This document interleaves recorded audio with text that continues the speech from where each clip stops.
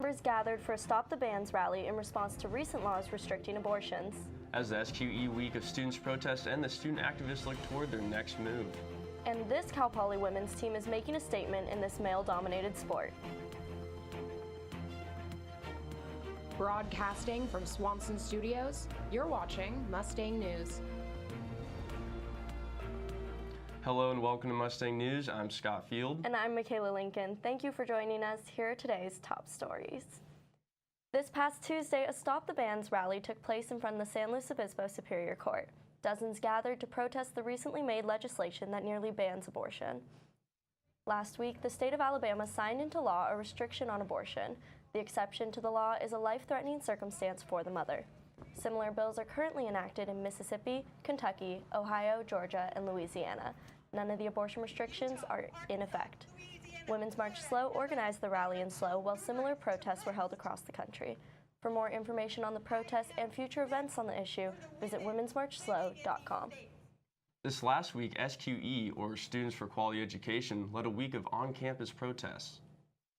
Paired with the Black Student Union, American Indian Student Association, and the QTPOCC, the students demanded $141,000 be invested in marginalized students and 2 additional safer reps be hired.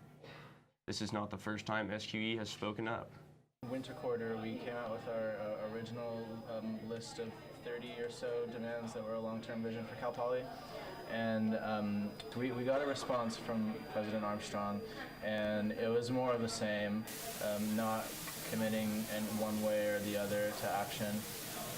We haven't had any responses from them since then, but we are definitely going to keep up the pressure. SQE general meetings are Monday nights, 5:30 to 7 for those looking to get involved. The upcoming BFA Show, organized by the Art and Design Department, is about to get underway. Reporter Francisco Martinez paints the scene on what's happening before the gallery opens. Art and Design seniors are putting the final touches to their artworks before the BFA Senior Thesis Show.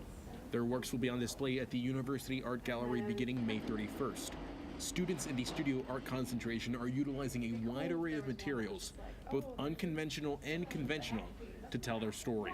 I wanted to do something that kind of encompassed my college experience and maybe the experience of other people who are also going through college. The struggles these artists have in trying to display their craft is not only evoked through their art, but in their labor as well. I've been spending probably about 2 years now on this project, and I've had a lot of technical issues and just kind of trying to problem solve and make sure that I can succeed in what I'm trying to do, despite the fact that I'm having all these setbacks. Whether or not they experience setbacks along the way, the common goal of having their art displayed to the public is what the class of 2019 wants to do to cap off their 4 years here. Everybody's just throwing their all into it, so it's exciting to see how everybody is kind of meeting that prompt, and it's nice seeing everybody at maximum effort. Most people I meet who aren't art majors, they have no idea what goes on in this building, so this is kind of a glimpse for them to peek in at what we've been working on for so long. Francisco Martinez, Mustang News. The BFA Show will continue to be on display at the University Art Gallery until the end of finals week, June 14th. There is a little drizzle outside with a fair amount of cloud coverage. Sydney, can we expect it to clear up for the weekend? Well, Mika, there is rain in the forecast for this weekend, but the skies are looking to clear up on Monday for Memorial Day. I'll have your weather forecast right after this. What do you think you're doing, Kevin? Was just gonna drive home. There are several warning signs present that you shouldn't be driving. Like hearing voices? Like your text-to-emoji ratio? Oh man, the selfies. Selfie, nailed it. We all have warning signs that let us know that we're probably not okay to drive. Mine is pretending to be your subconscious. Craig, come on man, let's split a ride home.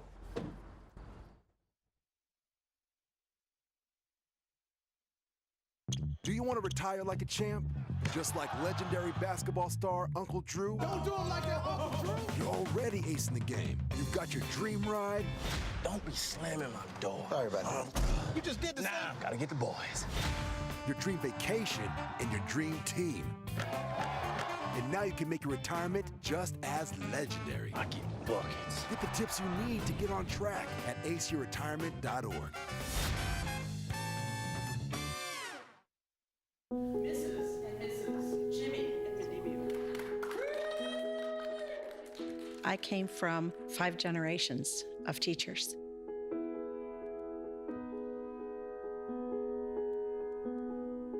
Losing my job was the bottom falling out of my world.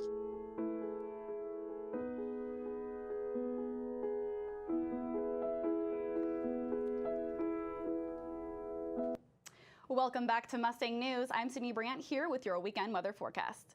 Today in San Luis Obispo, the high will be 62 degrees with a low of 54. If you look outside, we have mostly cloudy skies with southwest winds around 5 miles per hour that are looking to pick up later this evening at 10 miles per hour. This morning in San Luis Obispo, we actually had some rain outside, and we have some video of that rain for you right now. Here is some of the footage from some of that wet weather here on Cal Poly's campus. It is expected that rain is starting to clear up later this afternoon and into the evening. And now moving into our 5-day forecast and your forecast for Memorial Day. Tomorrow on Friday, we will see those clouds start to clear up. On Friday, we have a high of 70 degrees. And Saturday, we will see that sun continue. But on Sunday, we actually do have a chance of rain again. So look out for those rain clouds. But on Monday, for those of you spending your long weekend on the Central Coast, hopefully you can enjoy that warmer weather. That is all that I have for you for your weather forecast. I'm going to send it over to Jake Davis with sports. Thank you, Sydney. Here's hoping that things clear up come Memorial Day. Rugby, football, sports. I'm Jake Davis here with your Cal Poly Sports Update. The Cal Poly women's rugby team received their official bid to the D1A National Championship. Reporter Patrick Madden went to see what it means to the new club.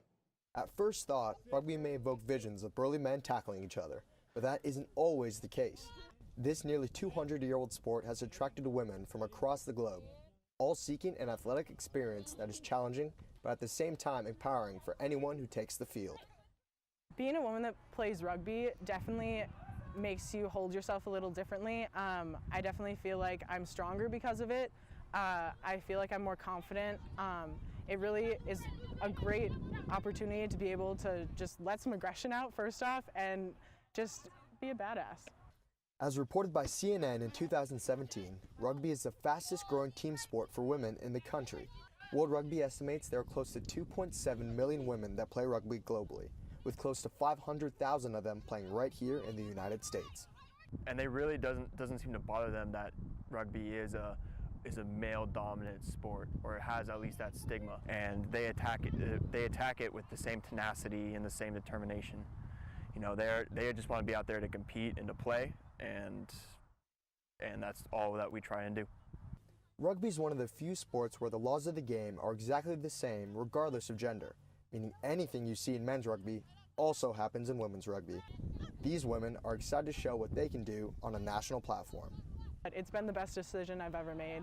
I really enjoy the whole community, and my teammates are basically my sisters, and it's been a dream.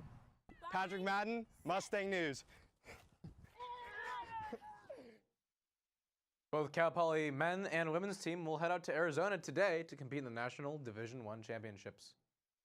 Cal Poly football has wrapped their spring practice. However, one big question remains: who will be the starting quarterback? After losing starting quarterback Khalil Jenkins to graduation, Cal Poly football is exploring 3 options: junior Jake Jeffrey, sophomore Kyle Reed, and redshirt freshman Jalen Hamler, to see who deserves the job of starting quarterback come fall. You talk to Jalen and you talk to Kyle, they both have tremendous talent. Don't count Jake Jeffrey out of the mix, because he really gets how to play our game and our offense. So. I think it's a good fight. I embrace the competition, and I'm excited to see kind of who it is going into the season, because we still got a whole fall camp after this. But it's been fun, and I think it obviously makes everyone better when you have a competition like that. I'm just working on all the personal stuff that I have to do. So all the individual characteristics, individual qualities I need to develop as a quarterback, and those are the main things that I needed to focus on, was just focusing on my play and nothing really else, and just getting down the technique, getting down all the schemes and everything, especially passing and then running the ball. It's a mentality, you know, just win, like compete, like every day, come out here knowing that that job is up for grabs and knowing that I have a shot to win that job out. So I'm just going to come in, compete, do what I got to do, run the show, and hopefully at the end of all of this, get to be on top, or whoever it is, the best man will win. So we'll just get out here and do it. It's a battle, and we'll see who wins that one. Garrett Brown, Mustang News. The team will resume practice over the summer and will open August 31st against University of San Diego at Spano Stadium. That does it for your sports update. Now I'm going to toss it back over to Mika and Scott at the desk. Thanks, Jake. Coming up after the break, one Cal Poly freshman creates magic for kids through her unique job. We'll be right back. This is the story of a boy who is very sensitive to lights and sounds. So he built secret hiding places where nothing could get in. The boy didn't like looking people in the eye. It made him feel uncomfortable. One day, he found out he had something called autism. His family got him help, and slowly, he learned how to live with it better. Early intervention can make a lifetime of difference. Learn the signs at autismspeaks.org. When you adopt a shelter pet, you discover their unique mix of all kinds of traits. Where'd Wiley go? Where's Wiley? Ah, there she is. Paw? Do you remember being an ancient wolf? Do you ever feel the call of the wild? You're a renegade cop, and I'm a con woman with nothing to prove. But together, we could really solve this murder. They're a little bit of a lot of things, but all of them are pure love. Welcome back to Mustang News. Nearly every weekend, Sarah Rue transforms herself into a Disney princess for birthday parties. Mustang News reporter Maya McGregor takes a look at the magic behind her job. Many kids dream of becoming a princess when they grow up. And for communication studies freshman Sarah Rue, that dream became a reality through her unique job of princessing. Yeah, so I'm transforming into Ariel, and Rue started princessing when she was 16, after her friend's family bought a party princess business. so I never took voice lessons, I never took acting lessons. I kind of taught myself, honestly. I would watch the movies over and over and over again when I first started. Now she continues her work in college with the company A Wish Your Heart Makes here in San Luis Obispo. Before heading to our princess gig, it takes Rue about 2 hours to get into character. Putting the wig cap on, like I just did, braiding my hair, and then actually going into the ball gown. And when she gets to the party, she never breaks character. Me, and it just warms my heart, you know, creating magic for people and just making their day special and letting them forget about all the stress and worry for an hour. During the party, Rue tells stories, paints faces, and even teaches kids important life lessons. Being brave and courageous like Merida, or being curious like Ariel and wanting to try something new and doing those things and telling them that it's okay to do that and to kind of like play with their life, because I think that's what the princesses do. They like to play. Well, hello there, everyone. My name is Ariel. I hope you are having such a magical day, and I can't wait to swim with you later. Maya McGregor, Mustang News. Rue plans on continuing princessing during her time at Cal Poly and hopes to work as a Disney princess at Disneyland for a summer. A couple in Arroyo Grande develops a passion for a unique animal. The Rancho Burro Donkey Sanctuary is where rescued donkeys are learning to call home. Why did the chicken cross the road? To see the donkey, of course. Jim and Carlin Eckford dedicated their days to caring for 7 donkeys and 1 meal that they rescued from homelessness, neglect, and even abuse.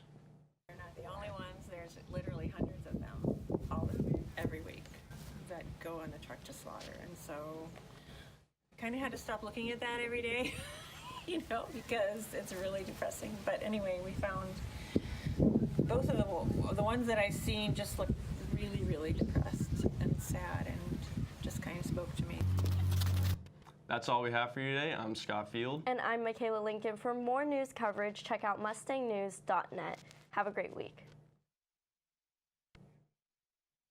Mustangnews.net? Oh, I got it.